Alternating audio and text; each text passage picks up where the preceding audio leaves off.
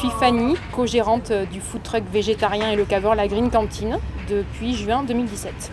Et Adeline, aussi co-gérante de La Green Cantine.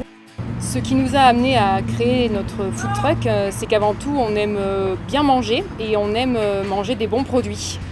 Donc c'est ce qui nous a finalement conduit à réfléchir sur une création d'entreprise toutes les deux. On a réfléchi à ce qu'on pouvait faire réellement et on a trouvé que le food truck c'était quelque chose d'accessible parce que c'était pas non plus extrêmement cher à créer.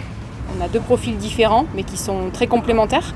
Ma formation initiale c'était école de commerce mais vraiment typée commerce direct, ce qui est assez utile dans notre métier aujourd'hui. J'étais toujours dans la même école de commerce que Fanny et moi j'avais plus un profil finance, comptabilité. Donc c'est ce que je fais actuellement en plus de la communication. Ce qui nous a vraiment décidé, c'était effectivement qu'on avait mes parents maraîchers en agriculture très très raisonnée et puis faire travailler effectivement d'autres producteurs autour de chez nous. Pour nous, c'était aussi une des composantes les plus importantes sur le food truck. Et en faire la promotion régulièrement auprès de nos clients, que ce soit en événement ou pendant les services du midi.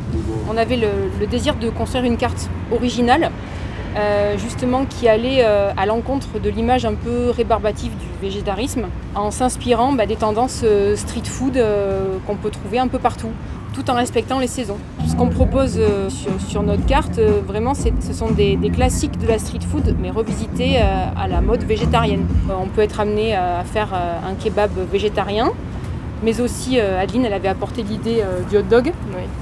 Et puis, ça va être aussi des gâteaux maison qu'on propose en fonction de nos envies, et des boissons bio qui sont fabriquées en local à 20 km d'ici.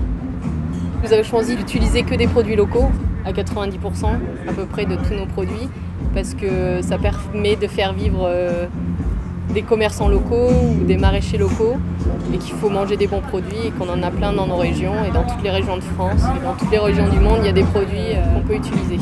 L'avantage, c'est que c'est du circuit court, c'est souvent moins cher que plutôt de faire venir des produits qui viennent du fin fond de la France ou du monde entier et c'est accessible rapidement. L'inconvénient, c'est qu'il faut, en hiver, il faut savoir cuisiner le chou et le poireau pendant 4 mois d'affilée. Et là, il faut être assez inventif.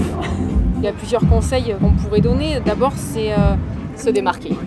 Prendre un ingrédient de base et le twister avec un autre ingrédient un peu surprise ou des épices que les gens n'ont pas l'habitude de voir. Faire des sandwichs de forme sympa. La présentation, ça c'est très important. Ouais. Adeline, c'est son dada, elle le fait très très bien. Faire des jolies photos, bien communiquer sur tout ce qu'on fait, utiliser tous les réseaux sociaux. Parce que si on ne les fait pas, il y a quelqu'un d'autre qui va le faire.